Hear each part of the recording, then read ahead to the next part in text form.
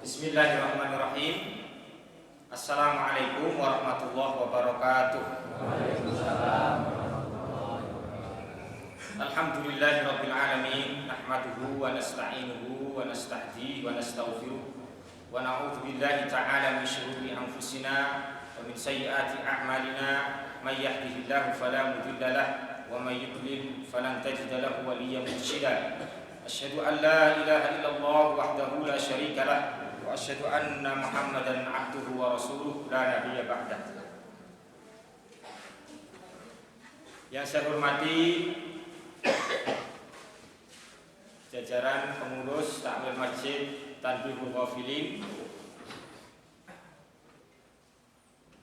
dan juga perangkat desa, kelurahan, para warga dan seluruh jamaah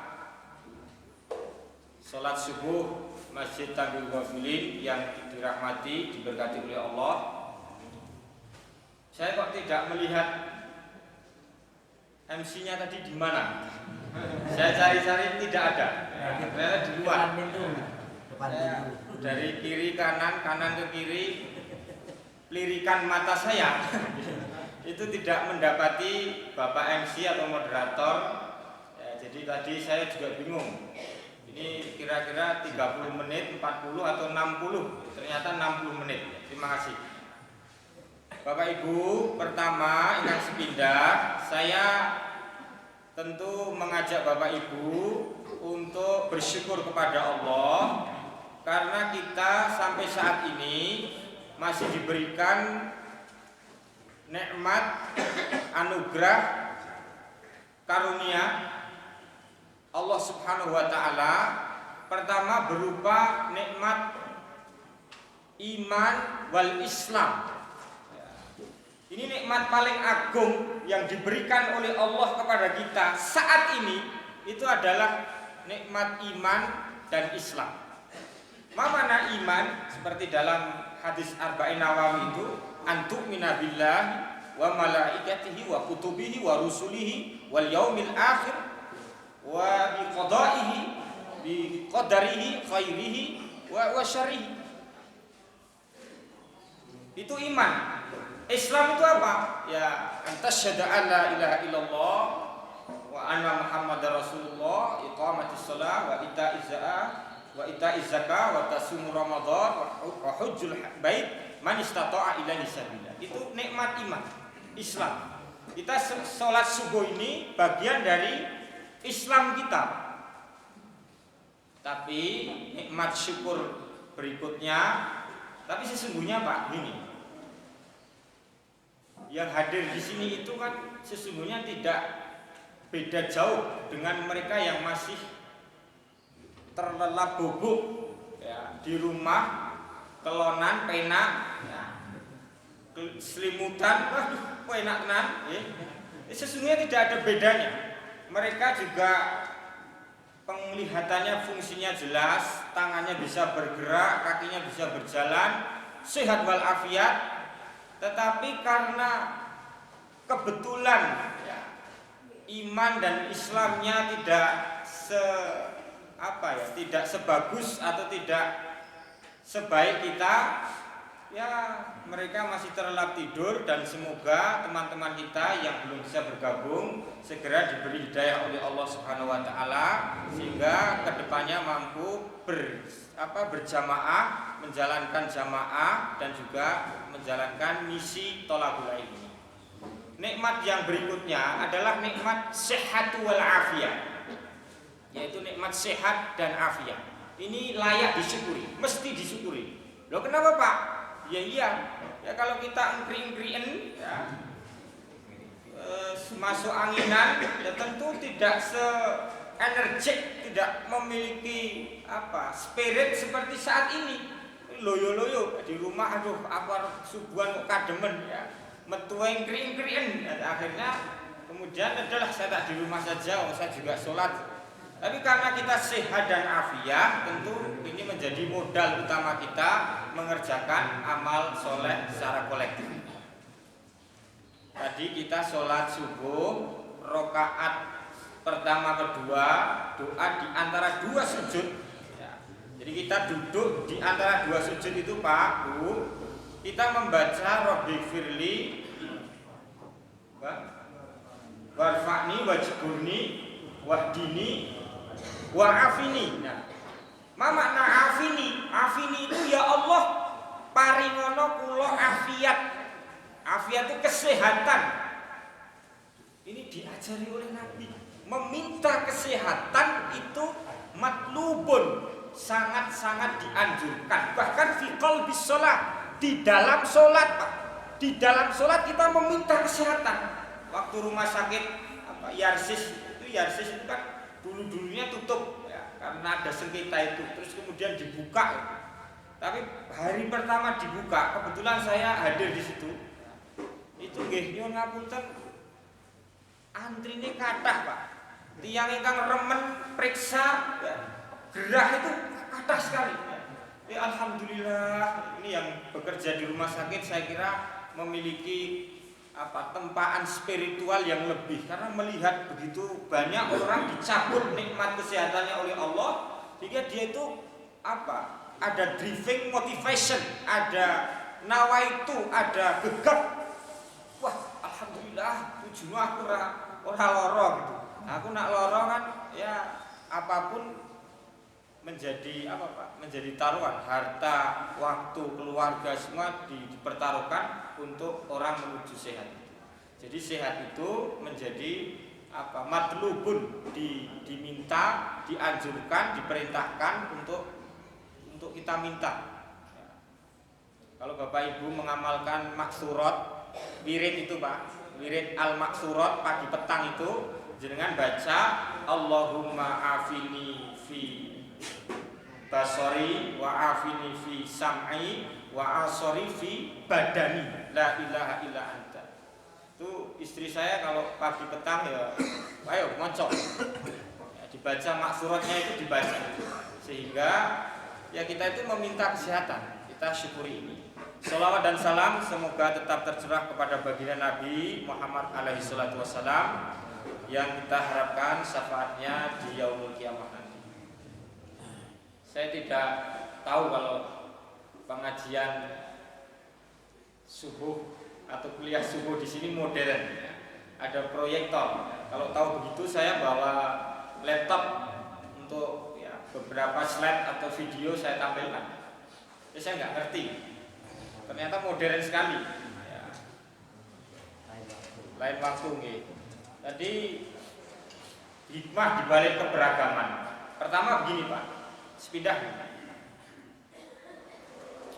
Kita itu umat manusia, atau dalam bahasa Arabnya disebut sebagai an-nasu atau al-basyaru atau al-insanu.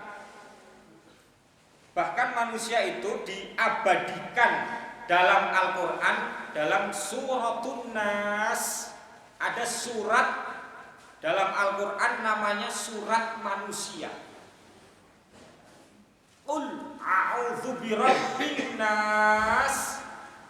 Katakanlah aku berlindung kepada Tuhannya manusia. Malikin nas, rajanya manusia. Ilahin nas, sesembahannya atau Tuhannya manusia. Jadi sampai-sampai Al-Quran itu begitu perhatiannya luar biasa. Ada topik surat namanya surat manusia. Kita manusia ini diciptakan oleh Allah beragam. Saya 7 tahun di Mesir, jadi saya pernah melihat manusia itu memang wujudnya benten-benten Pak. Indonesia rambutnya hitam pekat, lurus, kemudian sawo mateng kulitipun, ya rodok mancung ya sithik lah, ora akeh-akeh. Matanya juga bersinar terang, hitam putih warna bola matanya, kemudian ya badannya ya standar lah ya, atau mungkin ya kecil. Tapi bangsa Mesir gede dhuwur, putih, mancung mripatipun mentolo. Karena orang Arab tuh mentolo ya istilahnya besar bagus itu. Alisnya tebal, kemudian istilahnya rambutnya tidak begitu seperti kita. Dia rambutnya itu pendek, umumnya pendek atau tidak punya rambut yang cowok. Itu Mesir. Kemudian Rusia, bangsa Rusia yang termasuk bangsa besar juga. Bangsa besar itu Cina, Amerika, Rusia, Indonesia. Bangsa besar nomor 3 di dunia Rusia. Rusia nih sami, gede dhuwur, rambutnya pirang, lonteng-lonteng, warna-warni, pirang hitam itu, kulitnya merah, agak-agak merah, besar, dan lain sebagainya. Kita orang Indonesia bicara pakai bahasa Indonesia. Kalau orang Jawa bahasa Jawa. Orang Mesir pakai bahasa Mesir plus bahasa Arab. Bangsa Rusia dengan bangsa Rusianya. Kemudian bangsa Sudan, bangsa Amerika, yang di sana ada Italia, ada Malaysia, Thailand, Filipina, Brunei Darussalam, meskipun satu rumpun, Pak. Southeast Asia, Asia Tenggara atau Melayu, Janub Syarqi Asia, tapi ternyata nggih benten. Ketika orang Malaysia tanya pada saya, Ustaz, ada pengajian tuh? Ada kuliah itu mereka sebutnya pengajian. Budak-budak Indonesia mana? Budak-budak Indonesia, saya tidak tahu apa itu budak-budak Indonesia. Students Indonesia mana katanya? Oh, maksudnya pelajar Indonesia mana? Jadi Pak, kita itu manusia. Saya mau tunjukkan diciptakan oleh Allah itu beragam, mukhtalifan alwanuhu. Warnanya itu warna-warni, mukhtalifan alwanuhu, beragam warnanya. Ada sing kulite putih, enek sing kulite ireng, yang Sudan, Juzul Komar, Sos Afrika Selatan itu wong ireng-ireng Pak. Gelap. Kalau kita kan saireng-irengnya awake dhewe tetep ae di sana tuh putih. Nah, coba pergi ke Sudan atau ke Juzul Komar. Ada yang hitam, ada yang putih, ada yang merah. Bahasanya warna-warni. Itu keberagaman yang ada pada ciptaan Allah yang disebut manusia. Wes, nak orang percaya orang ngandel kalau keberagaman itu ada pada ciptaan Allah. Kita lihat anasir masjid ini, Pak. Nah, itu warna hijau. Terus ada warna hitam, ada warna putih, ada warna kuning, ada warna coklat, biru, merah, kuning, hijau. Jangan dilanjutkan, Bu. Itu warna-warni hidup. Kenapa Allah tidak menciptakan warna itu putih saja? Atau hijau-hijau kabeh, ireng-ireng kabeh. Tapi Rabbina khalaqa hadzal qaum mukhtalifan alwan.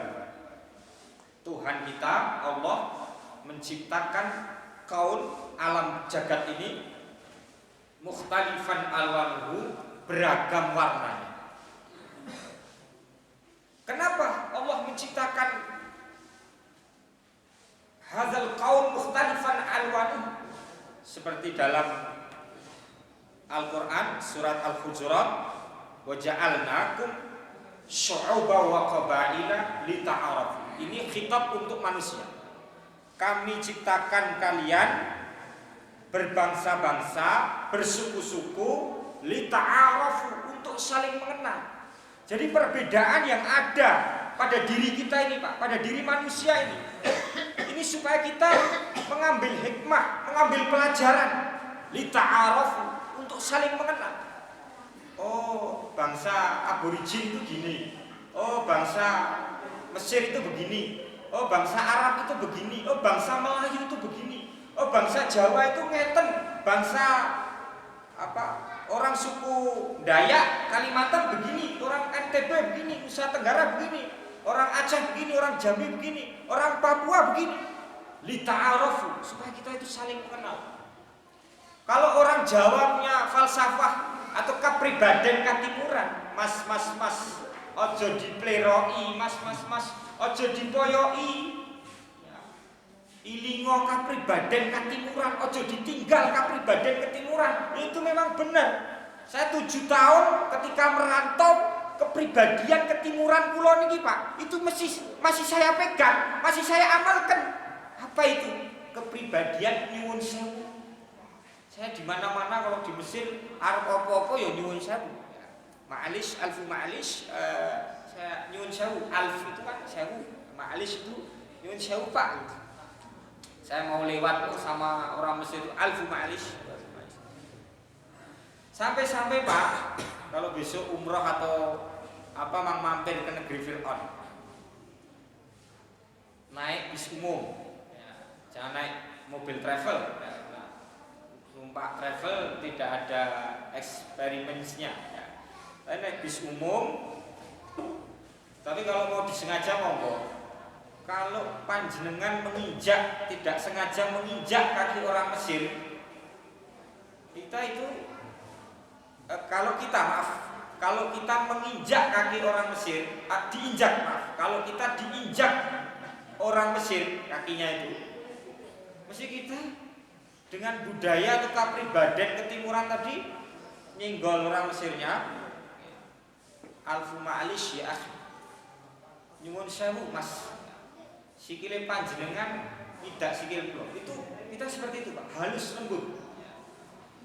Tapi kalau sebaliknya, kita yang menginjak orang Mesir itu langsung ya sabaita ma indak syai'in wala ini duit motoran.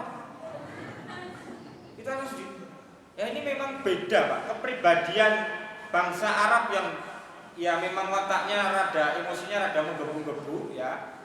Apalagi sebelum Islam datang, dengan bangsa kita, bangsa Jawa ini itu memang beda.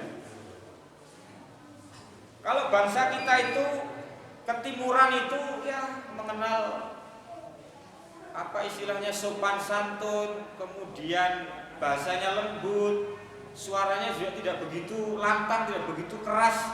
Tapi kalau bangsa Afrika itu Masya Allah, mereka ngomong aja seperti orang berkelahi, bertelepon gitu, ento. Jadi dia nggak ada orangnya, tapi dia sambil berekspresi. Memang beda karakter. Ini saya mau menunjukkan bahwa ternyata manusia itu ton to ton, country to country itu beda. Negara ke negara, ke kampus to kampus itu ternyata benten antara manusia satu dengan yang lain itu berbeda. Ini manusia berbeda. Keberagaman lain apa Pak?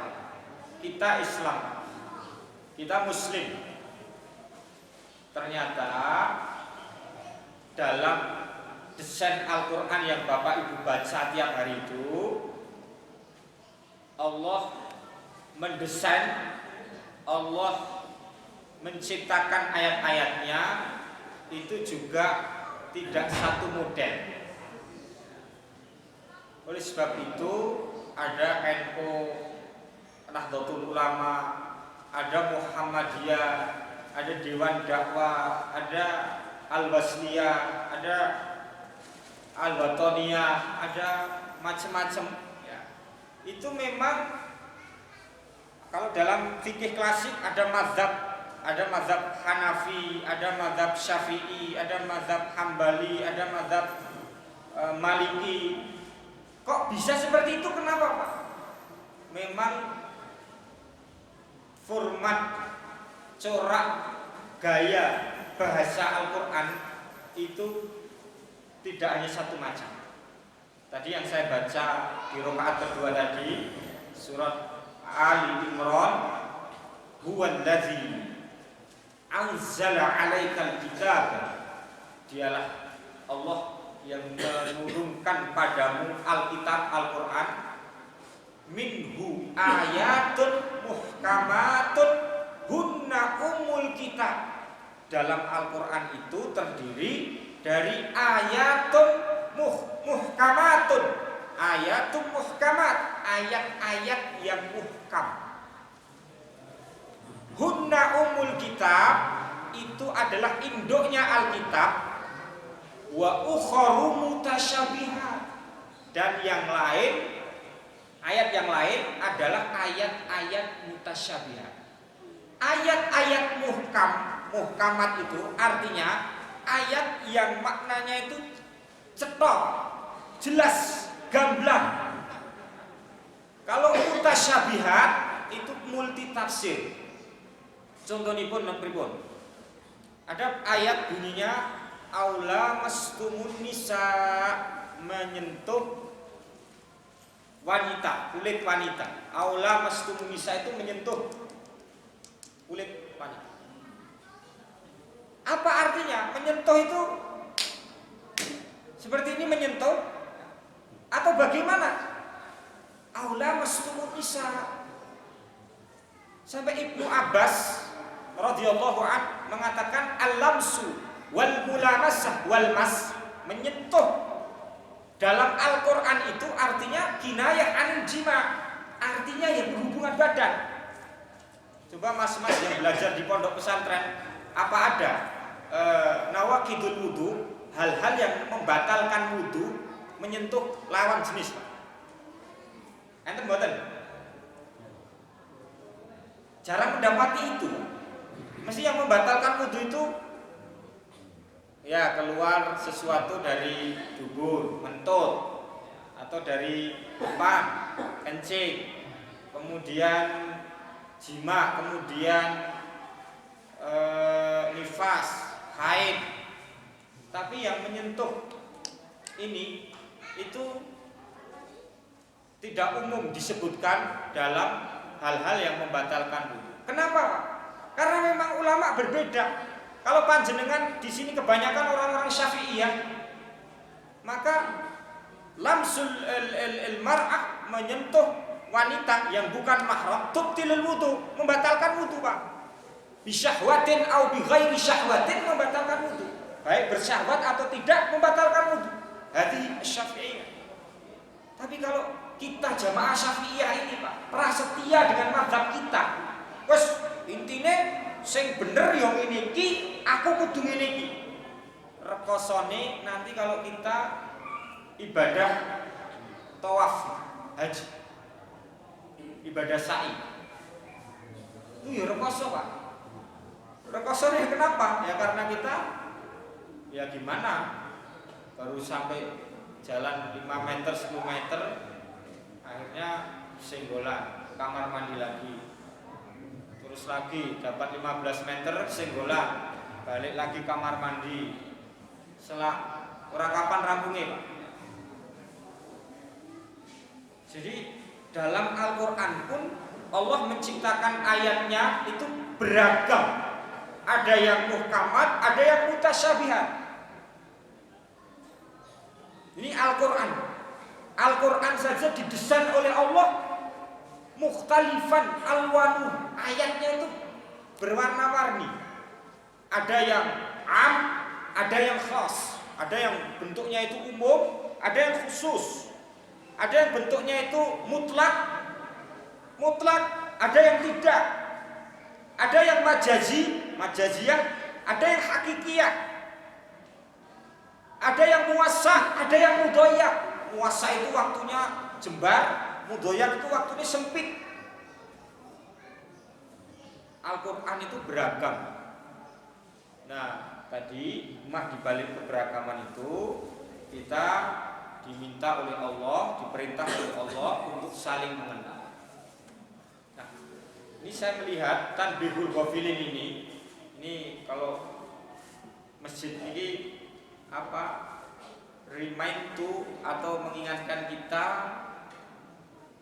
kepada kitab Tanbih al-Ghafilin. Artinya itu pengingat bagi orang-orang yang lalai. Jadi masjid ini kalau mau mengijabantahkan makna dari tanbih ghafilin, kitabnya Imam Lais itu, Abu Lais As-Samarqandi itu, ini masjid ini melakukan fungsinya untuk mengingatkan orang-orang yang lalai. Bab pertama dalam tanbih ghafilin itu babul ikhlas, bab ikhlas. Yang kedua adalah syiddatil maut. Medeni ini mati, Pak. Dahsyatnya kematian. Oh, mati ini medeni. Sampai-sampai Imam Syafi'i mengatakan, Imam Ghazali mengatakan, kalau seumpamanya ya mayit jenazah yang kita sholati itu dia diberi kesempatan 1 menit saja, beberapa waktu saja untuk menceritakan dahsyatnya kematian, maka Anda yang menangisi si mayit akan berbalik menangisi diri Anda sendiri. Karena begitu syiddatil maut. An-Nabi alaihi salatu wassalam, Nabi kita alaihi salatu wassalam mengatakan udhkuru hadimal ladzat, udhkuru hadimal ladzat. Perbanyaklah kamu mengingat-ingat kematian. Artinya apa? Mengingat kematian itu dianjurkan. Bahkan mencintai kematian itu dianjurkan. Hubbul maut atau matlub dianjurkan. Kenapa? Kenapa seperti itu, Pak? Kayak kata Imam Syafi'i sebagai pengingat kita. Wa kam min sahihin mata min ghairi illatin. Kathah wong sehat, kathah tiyang ingkang sehat mati tanpa sebab. Nggih mboten? Ketoke badminton, ketoke bal-balan gagah. Nek terus kemudian mati tanpa sebab. Tidak sakit dulu, tidak opnam dulu, tidak minum obat dulu. Wah, gagah, wah, tersek, innalillahi wa inna ilaihi raji'un. Wah, harus mati gitu. Jadi, wa kam min sahihin mata min ghairi illatin. Berapa banyak orang sehat mati tanpa sebab. Wa kam min saqimin asyahinan minadah. Berapa banyak orang yang sakit-sakitan tapi dia malah hidup sepanjang masa. Jadi kita ingkri-ingkrien, terus kemudian kelihatannya loyo, kelihatannya sakit-sakitan, tapi malah uripe itu. Ini sebagai contoh, saya punya tetangga namanya Fulan. Wong gagah, pegawai, senengane badminton dulu. Saya tinggal ke Mesir 7 tahun, saya balik dia wis ra ono. Padahal gagah, tidak punya sakit, tapi terus nggak tahu tiba-tiba mati. Tapi saya juga punya tetangga, orangnya tadi gerah-gerahan, sakit-sakitan, tiap bulan periksa.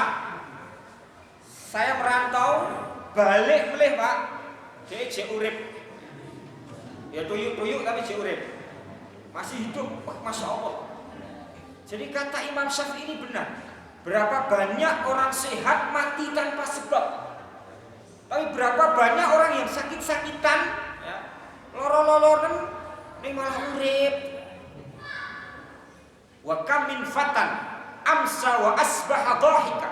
Berapa banyak anak-anak muda manusia itu pagi petang siang malam dhahika.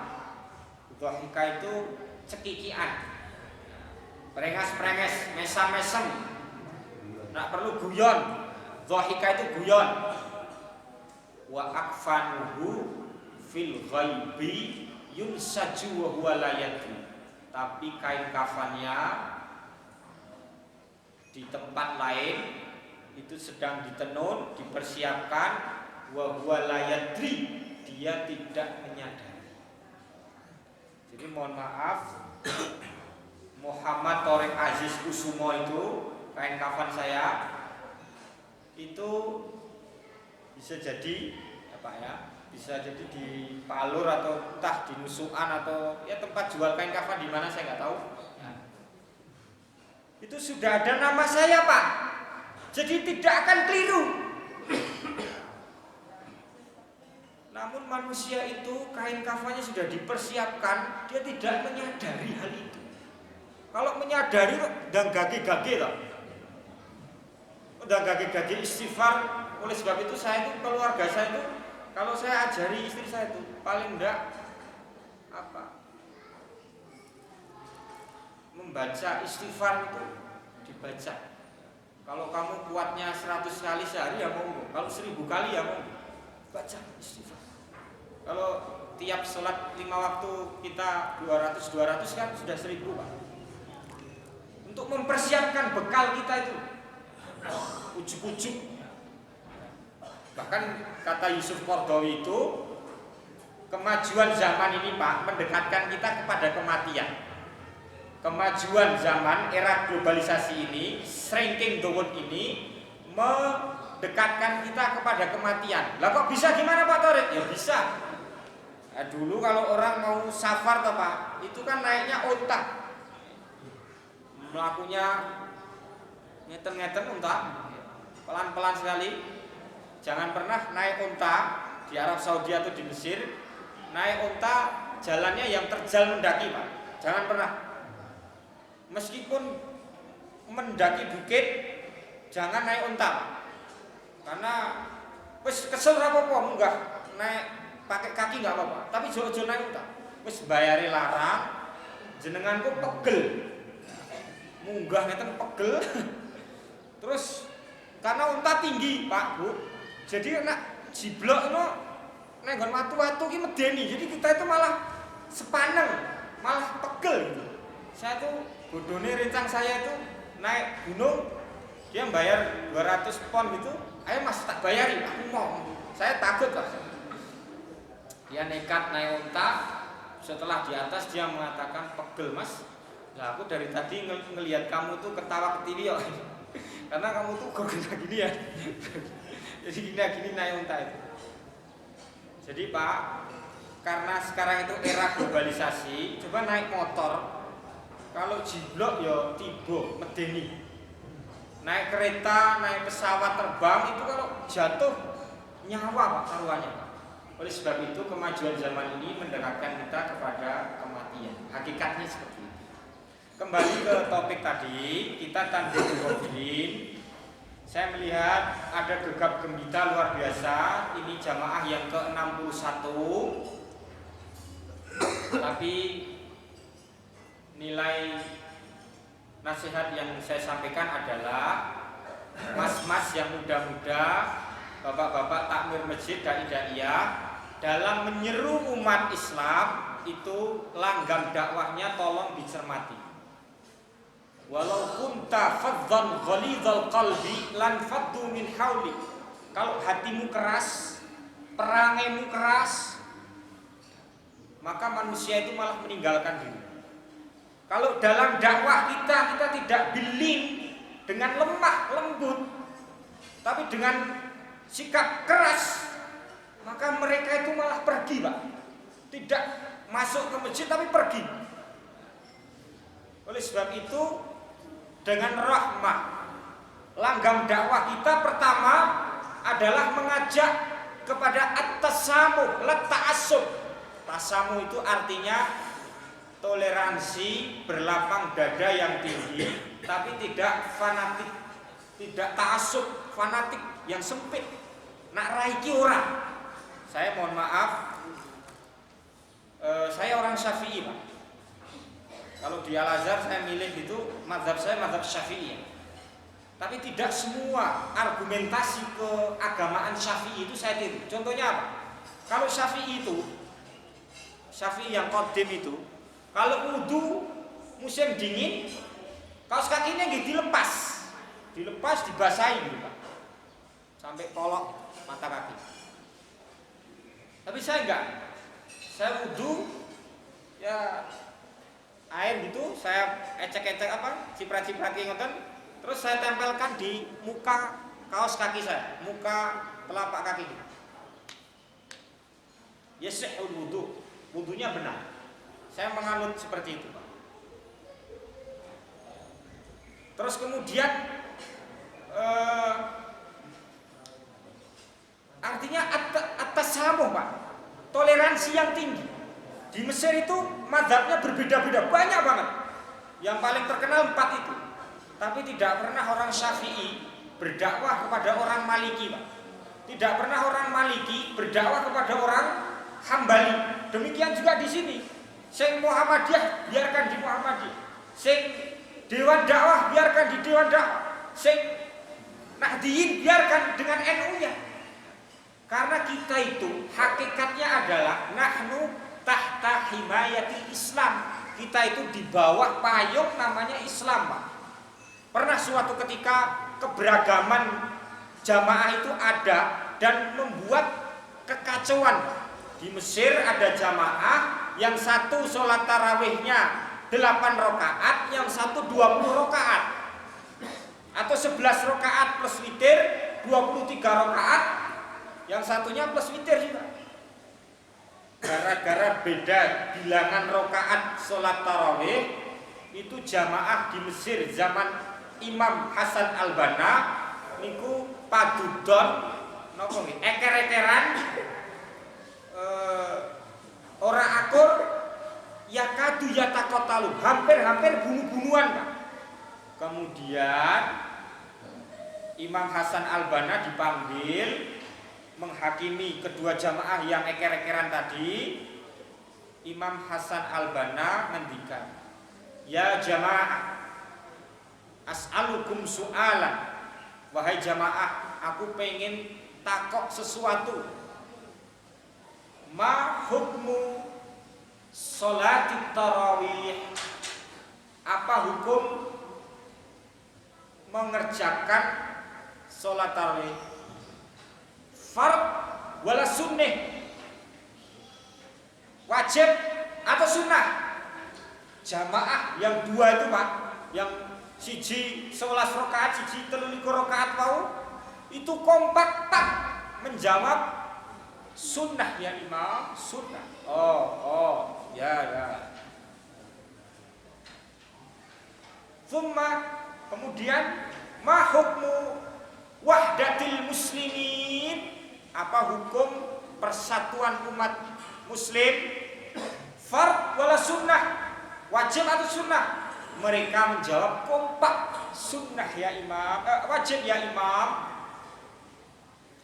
Jadi jamaah yang tadi mau padudon, Pak, gara-gara benten rakaat sholat tarawih, kemudian berpelukan mengatakan, anta akhi wa ana akhuka, kamu saudaraku dan aku saudaraku. Ini kan furu'iyah, Pak. Ini kan ibadah sekunder. Ini kan ibadah yang sifatnya itu turunan, bukan prinsip, Pak. Prinsipnya sholat.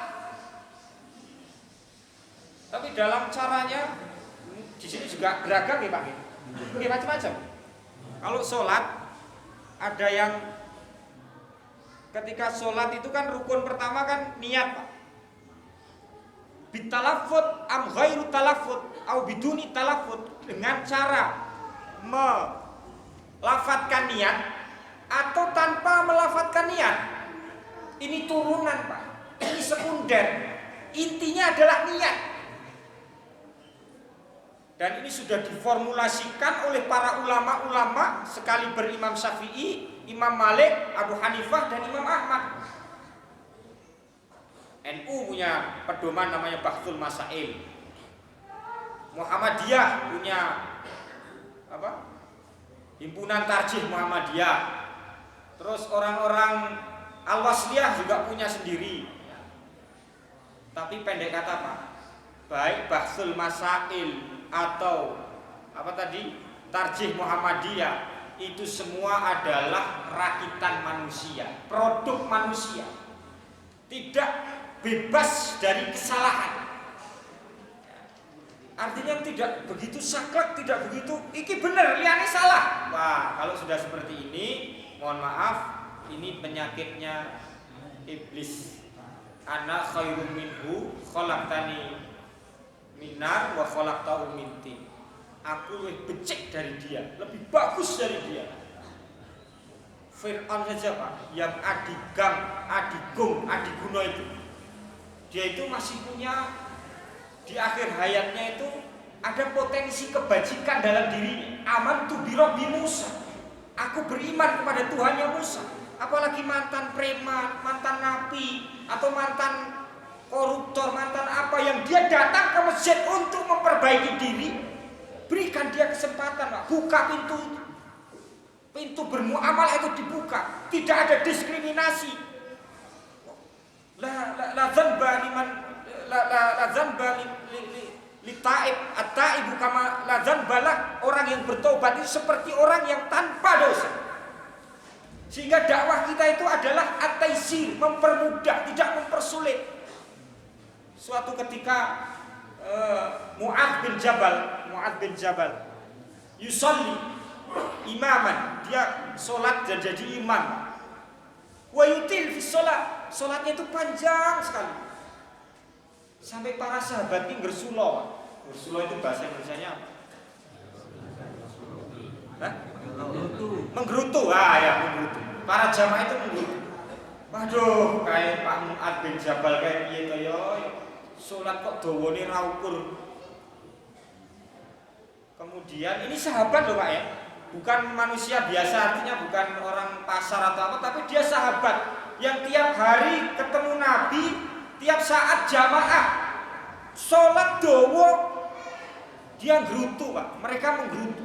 Sampai kabar ini ke telinga Nabi Muhammad alaihi salatu wassalam, Mu'adz dipanggil. Apa kata Nabi? Nabi mengatakan, ya Mu'adz, afatanun anta ya Mu'adz, afatanun anta ya Mu'adz. Apa kowe iki arep dadi tukang fitnah to, Pak? Imam dawa-dawa disebut oleh Nabi tukang fitnah. Afatanun anta ya Mu'adz. Apa kamu ingin jadi tukang fitnah ya Mu'adz? Inna wara'akum nas mukhtalifun. Sesungguhnya di belakang kamu itu Mu'adz banyak manusia beragam warna. Enten sing nom gagah Pak, sehat wal afiat, dia nggak apa-apa, dodo kuat kok. Ada yang sepuh, ya, ayat kursi saja dia sudah kok ira rukuk toyo ya. Enten sing nom ning duwe penyakit Pak, gadah sakit bindingan dia, adeg suwe-suwe ngoten. Sikire kesemutan. Enten sing ngampet pipis kebelet. Wadil hajah. Dalam hadis Mang Buka, wadil hajah. Artinya dia itu punya hajat, pengen pipis, tapi dia enggak. Enak sing arep buka toko, ada yang. Oleh sebab itu kalau jadi imam itu yafhamul jamaah. Tadi saya sama bapaknya tadi, Pak Imam, saya tapi mboten jenengan ngono Pak. Karena yang tahu jamaah sini tuh imam rawatibnya, bukan saya. Nah nanti saya terus baca satu rubuk gitu, wah kayak sontolojo tenan. Mentang-mentang DM nom. Betul Pak, ini saya rasakan manakala saya pertama kali merantau. Saya datang ke Masjid Azhar. Ya Allah, saya pertama kali rakaat 1-2 itu kuat Pak. Tapi lama-kelamaan kok saya mboten kuat. Terus saya plingak-plinguk ngoten sak durunge salat. Kok do nggo kursi kan ngopo ngoten. Ternyata kursinya itu nanti dibuat untuk duduk. Wah, karena saya belum banyak belajar nih Pak, awal-awal belajar agama, saya nggak ngambil aja kursi ngoten. Saya melu-melu. Karena di sana tilawah Al-Qur'annya juga pakai qiraat. Jadi tidak pakai qiraat asing itu saja, tapi juga pakai qalun, pakai qiraat bazi. Maliki yaumiddin, jadi maliki yaumiddin, iyyaka na'budu wa iyyaka nasta'in, ihdinas siratal mustaqim, siratal ladzina an'amta 'alaihim ghairil maghdubi alaihim waladdallin. Setiap kata hum itu humu gitu. Li'ila fi quraisin ila fi rihlatas syita fihimu itu qiraat. Dengan qiraat yang panjang itu, saya kalau sudah walad dolin itu Pak, samping saya lungguh, saya ikut duduk. Jadi 15 menit itu saya santai aja. Jadi karena saya sambil duduk itu awal-awal karena saya belum tahu apa fikih. Ternyata itu bagi mereka yang tidak kuat. Tapi kalau seperti saya ini ya tentu masih kuat. Ya, kuat. Imam di pondok beda dengan imam di masjid seperti ini, Pak. Di pondok keberagaman itu ada. Tapi pendek kata mereka sudah dibiasakan iltizam, qiyamul lail, satu juz itu sudah dibiasakan. Nah kalau masyarakat umum ada banyak beragam jamaah, ini panjang-panjang sholatnya, terus kemudian ya apalagi ada yang baru hijrah Pak, baru masuk Islam atau baru ke masjid, Islamnya suwe ini ngaji ke masjid, tidak terbiasa dengan yang panjang-panjang, akhirnya wah sesungguhnya aku karena lama. Ini loh yang disebut tukang fitnah itu ini membuat lari. Mu'adz ketika mau dakwah ke Yaman, beliau diperintahkan oleh Nabi Muhammad, yassiru wa la tu'assiru, permudahlah dan jangan mempersulit. Islam itu dimudahkan, tidak dipersulit, Pak. Yassiru wa la tu'assiru, basyiru wa la tunafiru, beri kabar gembira dan jangan kamu bikin lari. Wong dia baru muslim kok, terus kamu mengatakan, wah ini keliru mas, hadza asimun zanban indillahi, ini dosa besar, kamu nanti neraka. Kalau dakwahnya adalah muhakiman itu artinya kita itu menghakimi orang, menjustifikasi orang, neraka. Ini ya orang terus lari, tidak condong kepada Islam tapi lari, terlalu keras lari orang-orang. Basyiru, beri kabar gembira. Oleh sebab itu kita dakwahnya adalah bitaisir, mempermudah, tidak mempersulit. Loh Pak Torik, jenengan kok penak mengendikan mempermudah. Lah itu prinsipnya Nabi ya. Itu Al-Qur'an yang mengajari ya Pak. Yuridullahu bikumul yusra wa la yuridu bikumul usra. Allah menghendaki bagimu kemudahan dan tidak menghendaki bagimu kesulitan. Saya waktu dari Jakarta ke Kuwait puasa waktu Ramadan. Kebetulan saya sudah lumayan belajar sedikit-sedikit. Mengambil rukhsah itu adalah aula. Mengambil rukhsah, saya membatalkan puasa, iftar, membatalkan puasa, itu lebih disukai oleh Allah. Lah teman saya nekat, ya nggak tahu dia sudah belajar atau saya kira sudah belajar. Nek dia eman-eman, pegah ganti ngoten lho Pak. Nekat Jakarta Kuwait, dia nekat puasa.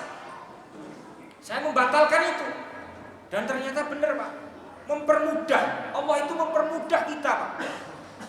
Ternyata setelah di dalam pesawat, saya di pramugari itu datang, "Yes sir." Kafe, saya diminta minum apa kamu? Aku teh. Terus kitchen ya. Ayam, aku Pak ayam. Salahuddin teman saya itu dari Purwodadi, dia pirang-piring itu. Poso Din. Ya wis, aku maaf sih aku makan dulu. Lah setelah sampai di Kuwait, dia ngomong begini. Setelah batal itu dia ngomong ini, wah bener jane mau aku rasa poso wae. Bayar 5 juta tapi dia tidak dapat makan di pesawat, mesake. Jadi Pak, sampai sholat pun boleh diqadha Pak. Loh, enten boten Pak. Ajaran seperti ini Pak. Ibadah sholat boleh diqadha, ibadah puasa boleh diqadha. Ini kalau bukan yassiru wala tu'assiru, mempermudah. Allah itu mempermudah. Yuridullahu bikumul yusra. Allah menghendaki bagimu kemudahan. Yuridullahu ayyukhaffifa ankum. Allah ingin meringankan kalian, meringankan beban kalian. Lah diringanke kok malah wegah. Kan ini dakwah kita. Kita perlu merekonstruksi ulang dakwah kita ini. Bilin dengan apa? Dengan lemah lembut. Terus pesan terakhir dalam keberagaman jamaah ini, tolong Pak, jangan lupakan modal pertama kita, yaitu makarimul akhlak, keutamaan akhlak. Kenapa Nabi Muhammad, para sahabat, para tabi'in, tabi'ut tabi'in, para ulama-ulama besar, para aulia itu mereka berhasil dakwahnya, padahal tidak ada LCD, tidak ada pamflet, tapi kenapa dakwahnya berhasil? Mereka berdakwah dengan keteladanan. Suatu ketika Nabi Muhammad itu, Nabi itu tidak hanya disegani oleh para sahabat, tapi juga disegani oleh musuh-musuhnya. Tapi Nabi yang sesempurna itu masih ada yang nggak suka. Jadi nak di sini ada takmir masjid wis apik, kok ono yang seneng, jalan aja. Itu biasa. Wa ma ahadun min al-sunnah nasi salim. Tidak ada satupun manusia di dunia ini yang lepas dari gunjingan manusia. Walau kana dzakan nabiyyun mutahhar, pun seandainya nabi yang suci. Manusia itu mesti ngomongnya itu enggak masalah. Jalan terus saja. Kita berprestasi beramal itu jalan. Dan Nabi Muhammad ini suatu ketika Nabi setelah sholat zuhur, Nabi leyeh-leyeh istirahat sejenak, berdiam diri sendirian. Ada manusia namanya Daksur. Daksur ini berniat menghabisi Nabi Muhammad. Nabi pengen dihabisi begitu. Karena sendirian, Nabi didatangi, kemudian Nabi dikalungi pedang lehernya.